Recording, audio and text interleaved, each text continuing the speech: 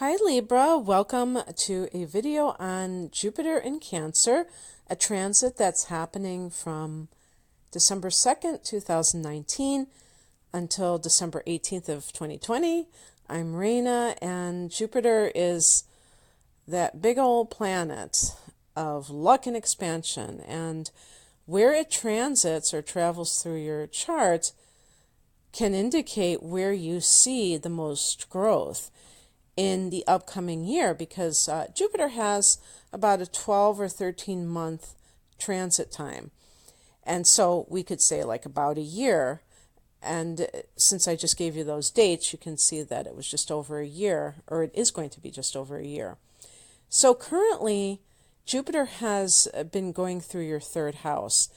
And this is the house of the mind, and this is the house of teaching and learning and the media. And so for some of you, you might have been taking advantage of these kinds of endeavors or given more opportunity to do so. One thing I have to say before I continue is that this is a general reading, and so the timing and all that stuff is going to be individual for each Libra sun and rising, or I should say, or rising individual who is listening to this. It's funny, I should have said and or rising, because there are some people that have their sun and their rising sign in the same sign. So that's always interesting as well.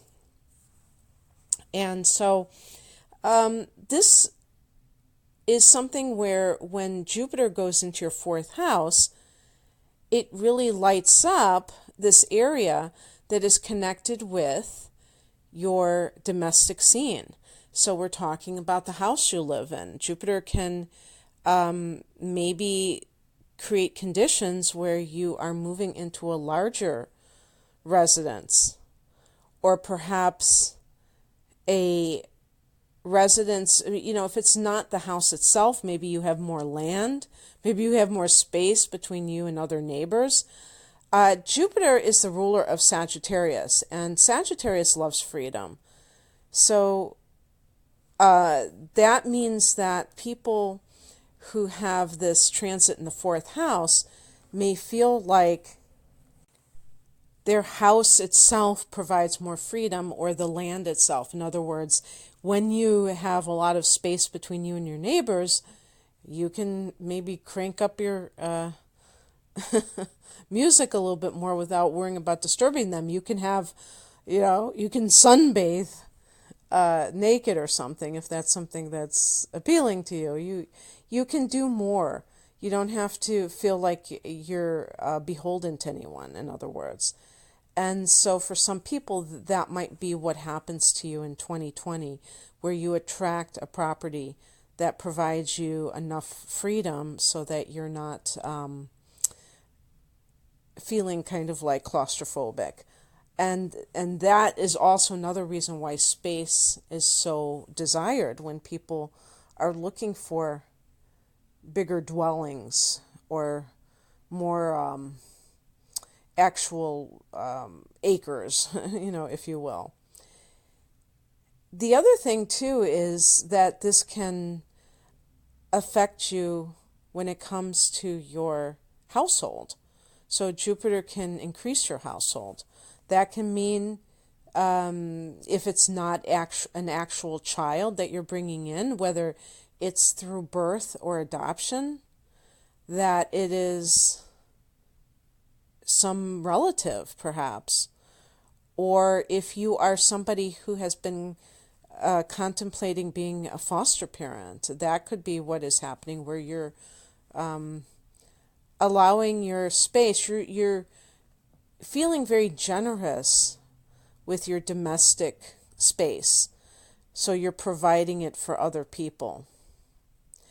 And so this is something that I want to say, everything that you're doing is also bringing you good luck, good fortune, because Jupiter is the planet that bestows that upon people. And there's also the sense of optimism. So the thing that is important to kind of like review here, Libra, is that you have been tested quite a bit with your domestic situation. And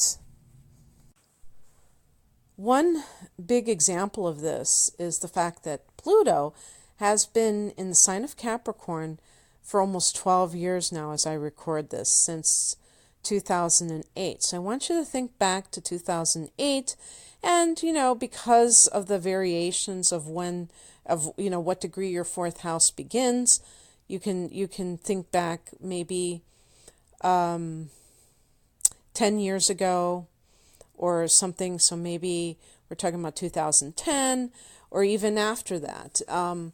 And there may have been big shakeups. You may have, even if you were married, had some kind of family rupture. And the point being that, and it's funny because I was even thinking in terms of before that, just thinking of somebody that I know who actually left their Libra person after, in December of that year. So before it was officially in that fourth house.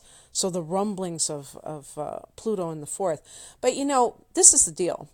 The fourth house is the house of home and family, and it's the house of your mother, and it's your childhood. Fifth house too. Fourth house is family of origin and all of the kind of dynamics that went along with that.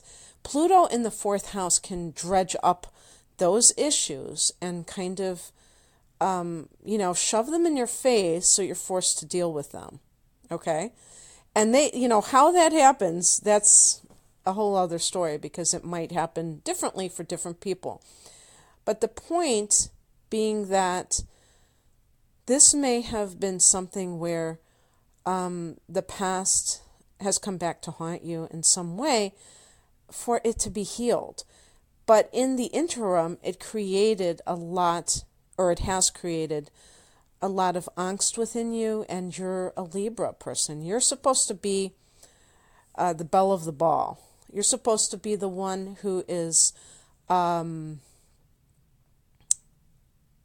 dinner parties and having and making witty banter with other people, and being a gracious host if that's what you like to do.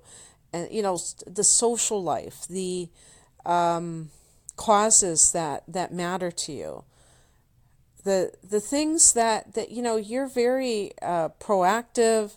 You have a lot of dynamic qualities within you, being a cardinal sign. But this may have really thrown you for a loop. This may have taken some Libra people and put you on your knees, quite frankly, because Pluto can really act as a tear-down agent. And in some cases, the issue of motherhood could be a very loaded issue, especially if you kind of remember if you had a traumatic childhood. Pluto rules the 8th house with Mars, and it is the house of trauma. So it specializes in those issues. And with Pluto, it's uncovering that trauma. And in the 4th house, it's going to be with the past.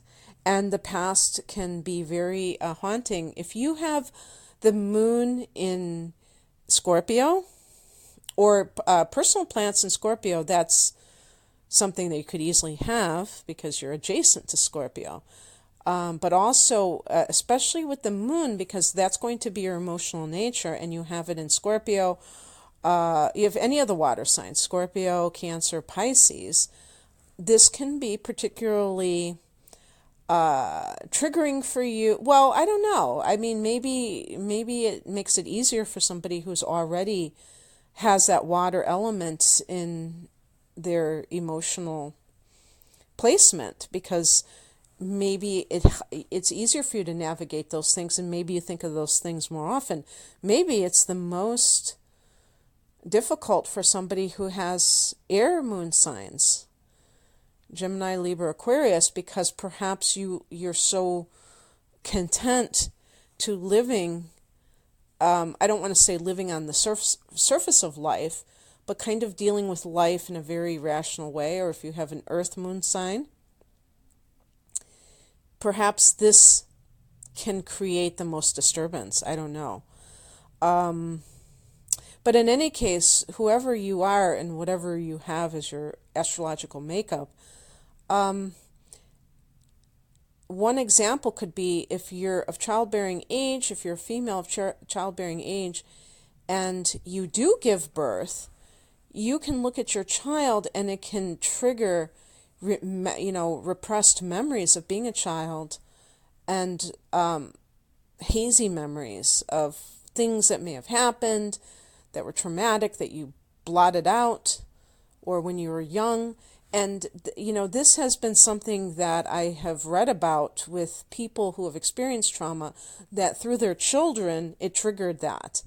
And they became very protective, maybe overprotective of their children, because they remembered, they became that child and they were a victim at that age.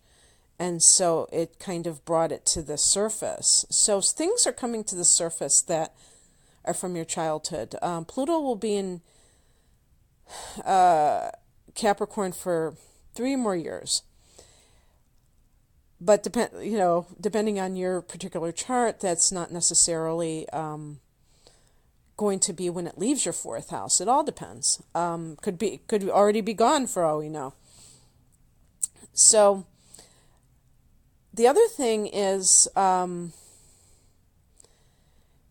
this can be an obsession of being able to have a child. If you're a woman who has suffered from infertility, because Saturn is also, this is another heavy that's in this 4th house for you for the last couple of years, Saturn. So if you've had trouble conceiving, the 5th house is actually conception, but, I would also extend it to the 4th house because it is motherhood. So if you have felt like some kind of outer thwarting of your ability to conceive, and then you become obsessed with it, that could be what's going on.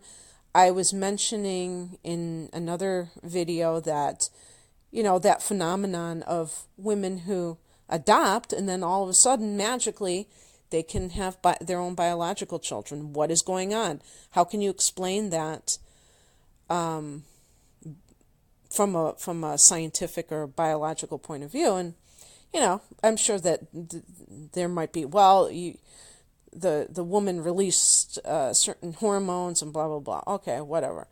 But I think it's energetic. Ultimately, I think everything is energetic at its core, and that means that the ability to love a child that is not your own, in quotes, might be a test. Saturn can be a test for some people, and maybe that's what it is.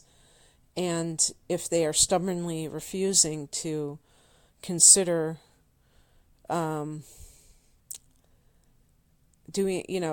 raising a child that isn't their own, then that might be the barrier that keeps them from being able to have their own biological child. Who knows? I'm just going through all the possibilities here.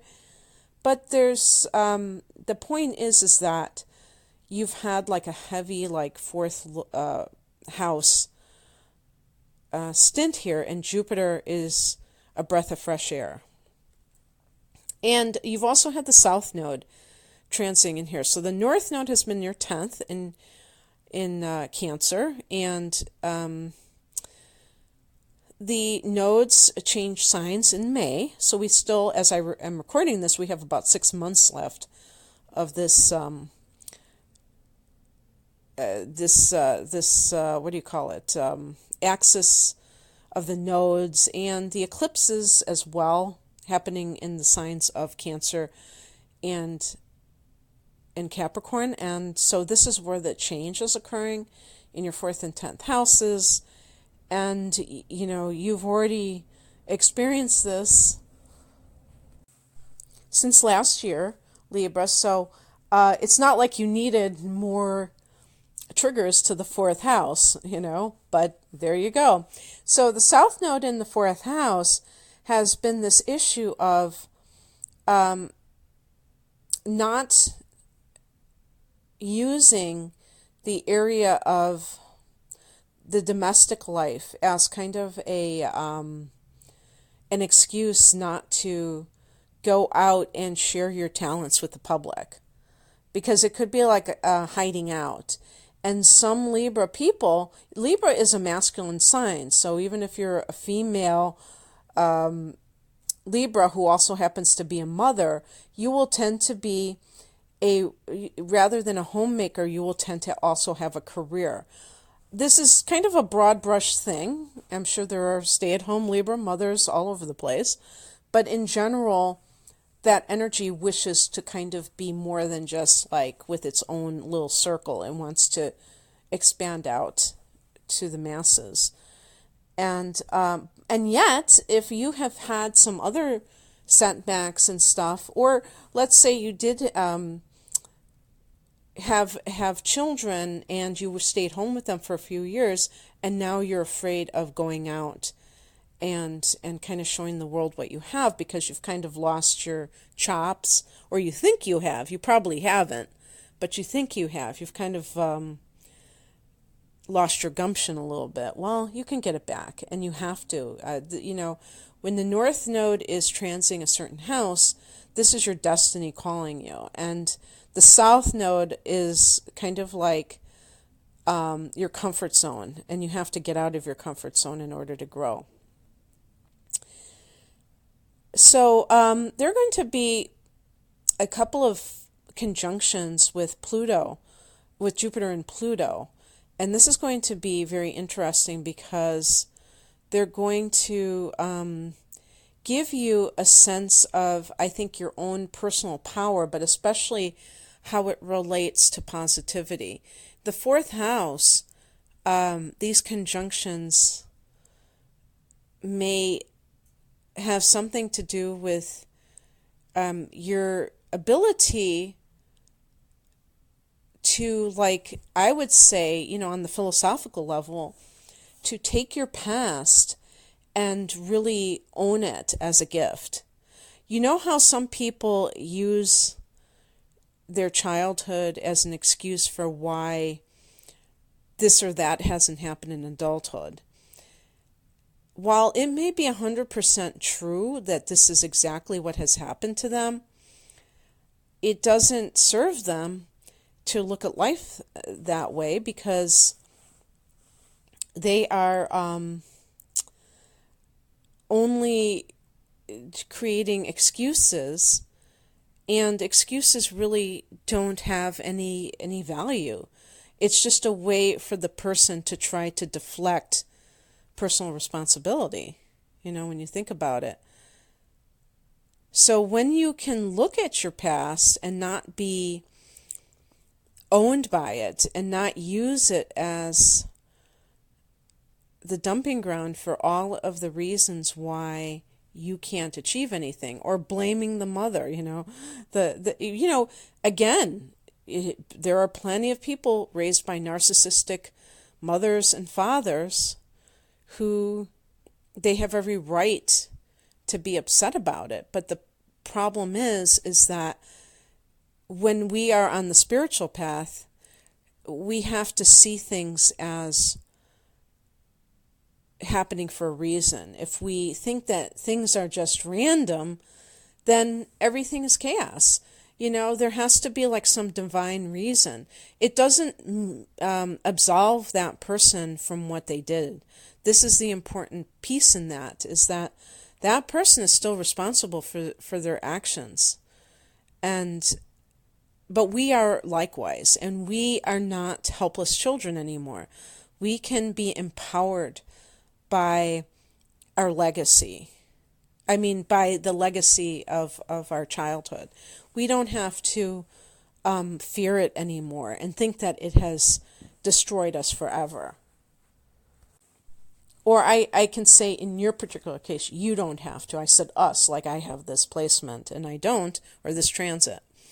So the times when this is going to be exact or just about is in the time frame around March 29th to April 5th of 2020, and then November 8th until the 13th of 2020. But actually, just tack on some dates around those dates I just gave you, because the conjunction will still be active. It might not be as close, but it will still be active. But the point is that